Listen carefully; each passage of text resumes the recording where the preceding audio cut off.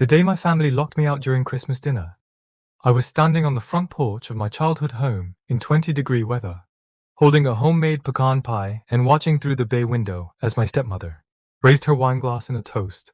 I could see them all laughing. My father, my two stepbrothers, my stepsister, and 5 of their closest friends. My stepmother, Patricia, had looked me dead in the eye through that window, smirked and mouthed 2 words. Go away.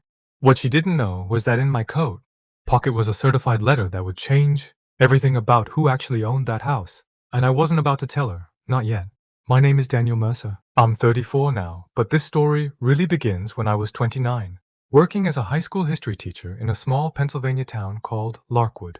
If you've ever been the forgotten child from a first marriage, watching your parent build a shiny new family while you become a ghost in your own life, then you know the particular ache I'm talking about. Before we go any further, I'm genuinely curious. Drop a comment and let me know where you're watching from tonight. And if you've ever been excluded by people who were supposed to love you, tell me how you handled it. I read every single comment. My mother died when I was 7, aneurysm. One moment she was folding laundry in the living room. The next she was gone. My father, Frank Mercer, grieved for exactly 11 months before he met Patricia at a real estate conference in Philadelphia. She was tall, blonde, sharp in a way that people mistook for intelligence. And she came with 2 sons from a previous marriage, Bradley and Todd. Within 2 years, my father and Patricia had a daughter together, Chloe. I became the outlier, the remnant, the smudge on Patricia's perfect family portrait. The mistreatment didn't start dramatically. It crept in like cold air through a cracked window. I was 9 when Patricia announced that Bradley and Todd would be sharing the large bedroom at the end of the hall. Chloe would get the nursery next to the master bedroom, and I would be moving to the converted attic. It'll be an adventure, she told me, her smile all teeth. Boys love attics. The attic had no heat. In winter, I slept in 3 layers and could see my breath. Flashback 1. I'm 11.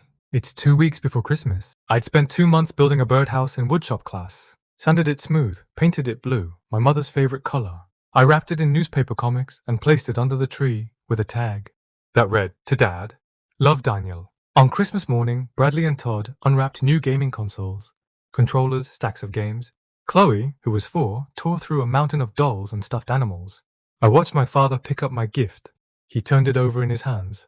Patricia leaned over, glanced at it and said, What is that? A shoebox? She laughed. My father set it aside without opening it. Later, I found it in the garage, unopened, buried under a bag of rock salt. Flashback 2. I'm 14. My history teacher, Mr. Albini, had called my father to tell him I'd won the county essay contest. First place out of 600 entries. The topic was the meaning of citizenship. I'd worked on that essay for 3 weeks, researching at the public library because Patricia had put a password on the home computer, so Bradley and Todd could use it for their studies, which mostly meant video games. My father came home that night, and I was waiting in the living room. The certificate rolled in my hand. Patricia intercepted him at the door. Frank, Todd made the lacrosse team. We need to celebrate. My father hugged Todd. He slapped Bradley on the back. He lifted Chloe onto his shoulders. I stood there for 12 minutes before I walked back to the attic. No one noticed I'd left. Flashback 3. I'm 17. I'd been working weekends at a hardware store, saving for a used car. I had just over $3,000 in a savings account my father had helped me open when I was 15. A joint account because I was a minor. One Saturday, I went to withdraw $200 for a school trip to Washington, D.C. The account balance was $14. Patricia had transferred the money to Bradley for a car repair emergency. Bradley had crashed his Mustang into a mailbox while texting. When I confronted my father, he rubbed his temples and said, Daniel, we'll pay you back. Don't make this into a thing. They never paid me back. Flashback 4. College. I got into Penn State with a partial scholarship. I was proud. Nervous, but proud. I'd need loans, but I could manage. The night before move-in, my father sat me down in the kitchen. Patricia stood behind him, her hand on his shoulder. We've decided, my father said, not meeting my eyes, that we can't contribute to your tuition right now. Bradley's at community college. Todd's got that knee surgery coming up. And Chloe's starting private school. You understand. It wasn't a question. I took out loans. I worked 3 jobs. I graduated with honors and $38,000 in debt. No one from my family attended the ceremony. Bradley had a softball tournament that day. Flashback 5. I'm 25. My grandmother on my mother's side, Nana Evelyn, was dying. Pancreatic cancer. She lived in a small apartment in Scranton, an hour from Larkwood. I visited her every Sunday for 2 years. We'd drink tea, and she'd tell me stories about my mother when she was young. Nana Evelyn was the only person who ever framed my photo on her mantel, right next to my mother's. When she passed, I was devastated. At the funeral, Patricia leaned over to me during the eulogy and whispered, "Did she leave you anything? Or was she as broke as she looked?" I didn't answer. I couldn't. But what Patricia didn't know, what no one knew, was that Nana Evelyn had left me something. Something significant, and the documents had arrived in the mail 2 days before that Christmas dinner. Now, the Christmas dinner. This was the moment that broke everything open. I was 29. I'd been living in a studio apartment in Lockwood, teaching 10th grade history at the same high school I'd attended. It wasn't glamorous, but I loved it. My students were good kids, mostly from working class families. I was still paying off loans, still driving the same rusted Honda Civic I'd bought after college, still operating on the assumption that my family wanted nothing to do with me. But every year I tried. Every Christmas, I showed up with a dish, a gift, a smile, hoping. This particular Christmas, I'd spent the entire morning baking a pecan pie from Nana Evelyn's recipe. The crust took me 3 tries. I wrapped it in a dish towel and drove to my father's house. The house I'd grown up in. The house my mother had decorated with handmade ornaments and strings of popcorn. When I pulled into the driveway, there were cars everywhere. Patricia's Mercedes, Bradley's truck, Todd's SUV, and several vehicles I didn't recognize. Music was playing. The windows were golden with light. I walked up the porch steps, pie in hand, and rang the bell. No answer. I rang again. Nothing. I could hear voices inside. Laughter, the clink of glasses. I knocked. The deadbolt turned. The door opened 4 inches, and there was Patricia blocking the entrance, her body filling the gap. She was wearing a red velvet dress and holding a glass of white wine. "Daniel," she said, flat. "We weren't expecting you." "I called Dad last week," I said. "I told him I was coming. He must have forgotten." She didn't move. "We don't really have space tonight. It's mostly adults, and the seating is limited. You understand." Through the gap, I could see the dining room. The table was extended, covered in platters. My father was at the head carving a turkey. Bradley and Todd were there with women I assumed were their girlfriends. Chloe, now 14, was on her phone. There were empty chairs, at least 2 of them. "Patricia, I brought pie," I said, holding it up. "I can just squeeze in somewhere." "I don't need a chair." She looked at the pie like it was an insult. "We already have dessert, Daniel. Really, next year, okay? Just call ahead next year. Or better yet, don't." She smirked. "Go away." She closed the door. The deadbolt clicked. And I was standing on the porch, 20 degrees, wind cutting through my coat, holding a pecan pie. Through the bay window, I watched her return to the table. I watched her raise her glass. I watched my father toast with her, laughing, oblivious, or maybe just willfully blind. I watched Chloe glance toward the window, see me, and look away. Something inside me shifted. It wasn't anger. Anger is hot and fast and burns itself out. This was something colder, more permanent. It was a door closing, just as surely as the one Patricia had closed in my face. I walked back to my car. I set the pie on the passenger seat, and then I reached into my coat pocket and pulled out the certified letter that had arrived on December 23rd. 2 days earlier, it was from Nana Evelyn's estate attorney, a man named Gerald Oakes. I'd read it 7 times already, but I read it again now, the paper trembling slightly in the cold. "Dear Mr. Mercer," it began. "But the terms of your grandmother, Evelyn Mercer's will and testament. You are the sole beneficiary of her estate. This includes the property at 47 Birch Lane, Lockwood, Pennsylvania, which your grandmother owned, outright through a land trust established in 1978. Per her instructions, this bequest was to remain confidential until the probate process was complete. Probate has now concluded. The property at 47 Birch Lane is legally yours." 47 Birch Lane. I looked at the house in front of me. My father's house. The house my mother had loved, the house she had died in. The house Patricia had slowly redecorated until every trace of my mother was erased. Nana Evelyn had owned it the entire time. My parents had been renting it from her for 22 years, paying a token amount, never knowing that Nana Evelyn held the deed. My father had bragged to people that he owned the house. Patricia had thrown parties and renovations and landscaping, projects as if the property was hers. But it never was. And now it was mine. I didn't go back that night. I drove to my apartment, ate a slice of pecan pie for dinner, and sat in the dark thinking. The letter said I could take possession in 30 days. 30 days. I had time to decide what to do, but the decision was already forming, quiet and certain, like ice freezing on a lake. The first thing I did was hire a lawyer. Not Gerald Oakes, he was Nana Evelyn's attorney, and I wanted my own representation.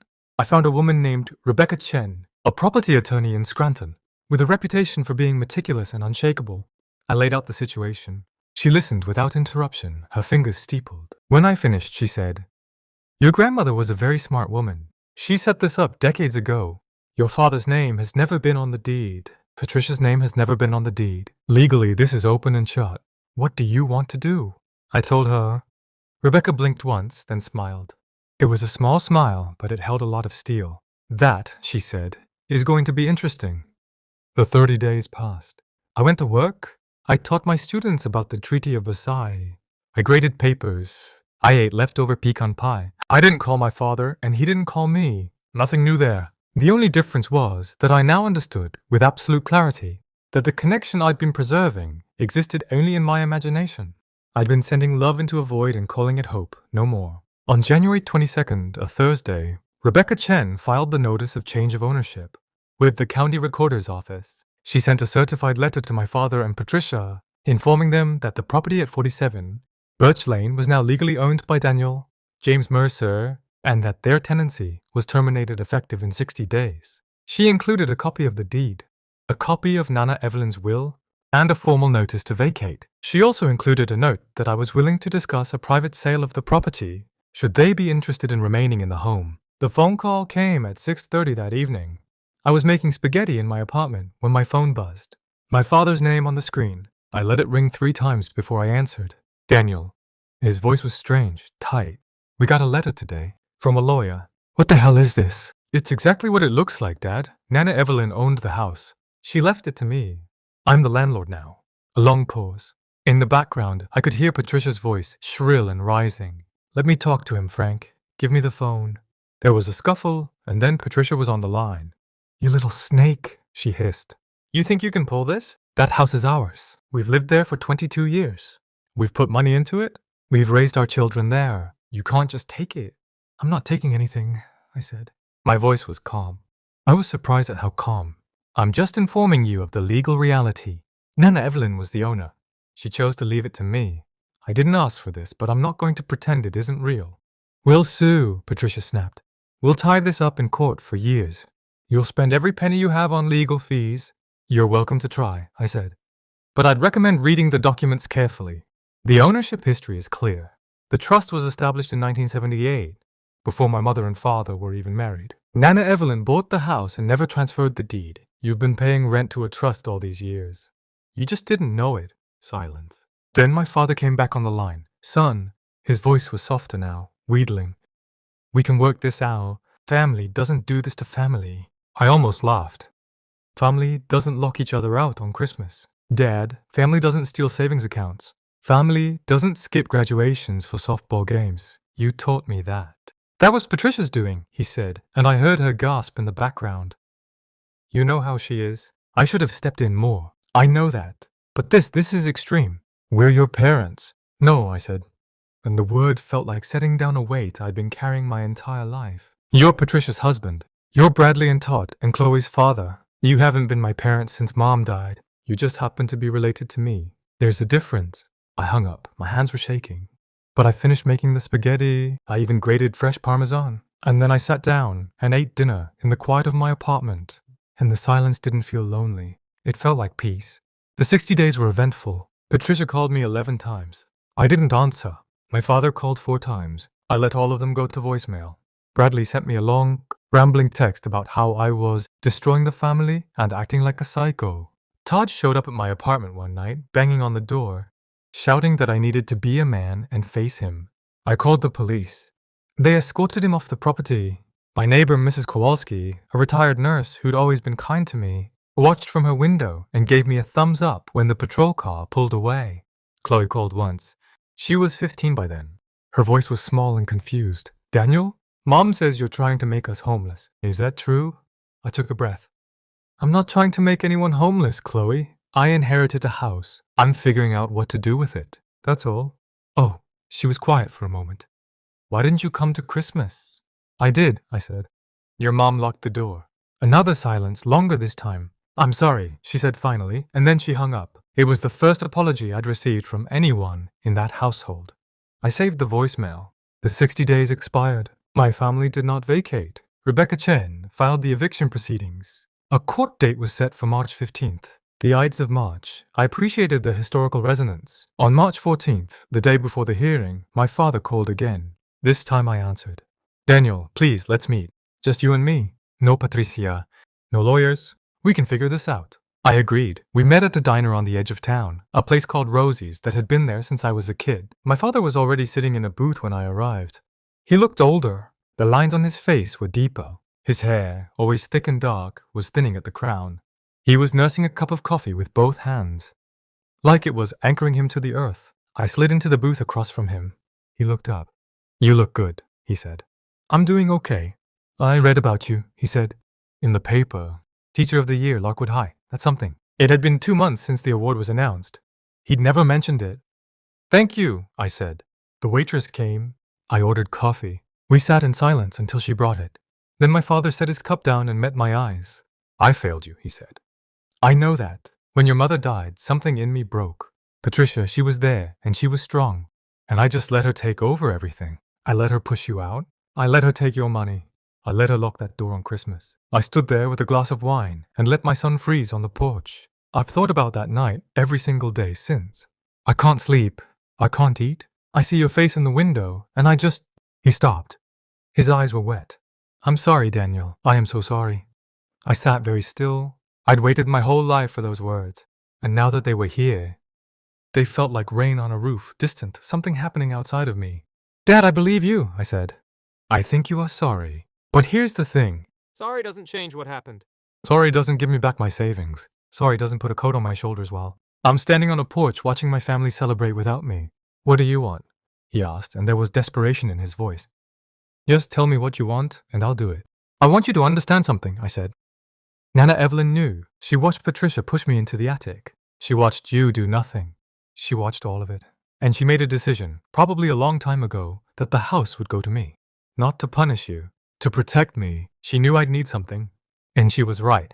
My father was crying now, silent tears tracking down his cheeks. So that's it? We're out on the street? I leaned back in the booth. No, I'm not going to evict you. He looked up sharply. I'm going to sell you the house, I said. At fair market value. Rebecca Chen will handle the paperwork. You'll need to get a mortgage. You'll need to qualify on your own, you and Patricia. No help from me? If you can do that, the house is yours, legitimately, permanently, no more rent, no more trust. You'll actually own it this time. But the market value, he started. We don't have that kind of... Then you'll need to find a new place to live, I said. That's not my problem. I'm giving you first right of refusal, which is more than you ever gave me. You have 30 days to figure out financing. I stood up. I put a $5 bill on the table for my coffee. My father stared at me, his mouth open slightly. A man who was just beginning to understand that actions have consequences and that consequences have teeth. One more thing, I said, looking down at him. If you ever lock a door on me again, I will not be this generous. There. So... I walked out of the diner. The March air was cold, but the sun was bright. I drove home to my apartment and started grading essays about the Reconstruction era. Life went on. The epilogue, if you want to call it that, is simple. My father and Patricia could not qualify for a mortgage. Too much debt, too little income, a credit score wrecked by years of Patricia's spending. They moved out of the house at the end of April, relocated to a rental property in Scranton. Bradley and Todd stopped speaking to me entirely, which was no loss. Chloe, to my surprise, reached out a few months later. We met for coffee. She was angry at first, defensive but slowly. Over the course of that first conversation, and many more that followed, she began to see the family story from a different angle. She asked to read the essay I wrote in 10th grade, the one that won the county contest. I still had a copy. She read it and cried. We're still in touch. She's studying social work now at a college in Philadelphia. I'm proud of her. I sold the house on Birch Lane 6 months later to a young couple with twin daughters. They painted the attic bright yellow and turned it into a playroom. I used the money from the sale to pay off the rest of my student loans and put a down payment on a small house of my own, a 2-bedroom bungalow near the high school with a big backyard and a maple tree that turns brilliant red every October. I planted a garden. I adopted a dog, a rescue mutt named Sherman. I host Thanksgiving for fellow teachers who don't have family nearby. The pecan pie recipe is now a tradition. Patricia sent me a letter once, 2 years after everything. It was 3 pages, handwritten, full of accusations and justifications, and a single line near the end that said, I hope you're happy with what you've done. I read it once. Then I burned it in the fireplace and roasted. Marshmallows with my neighbor, Mrs. Kowalski, over the flames. She laughed so hard she nearly choked. The truth is, I didn't do anything to them. I just stopped letting them do things to me. There's a difference. Revenge isn't about making people suffer. It's about making sure you stop suffering. It's about drawing a line in the sand and saying, this is where my dignity begins, and you're no longer welcome to cross it. The quiet kind of revenge, the kind that lasts, is simply building a life so solid that their cruelty becomes irrelevant. If you're watching this and you've been locked out, pushed aside, overlooked, or erased by the people who were supposed to love you, I want you to know something. You are not what they made you feel. You are not invisible. You are not an afterthought. You are the main character of your own story, and you have every right to write it the way you want. Start today. One small decision, one boundary, one brick of a life that belongs entirely to you. It gets easier, I promise. Thank you for spending this time with me. If this story hit home, share it with someone who needs to hear it. And if you've got a story of your own, I'll see you in the comments. Until next time, take care of yourselves and lock your own doors on your own terms.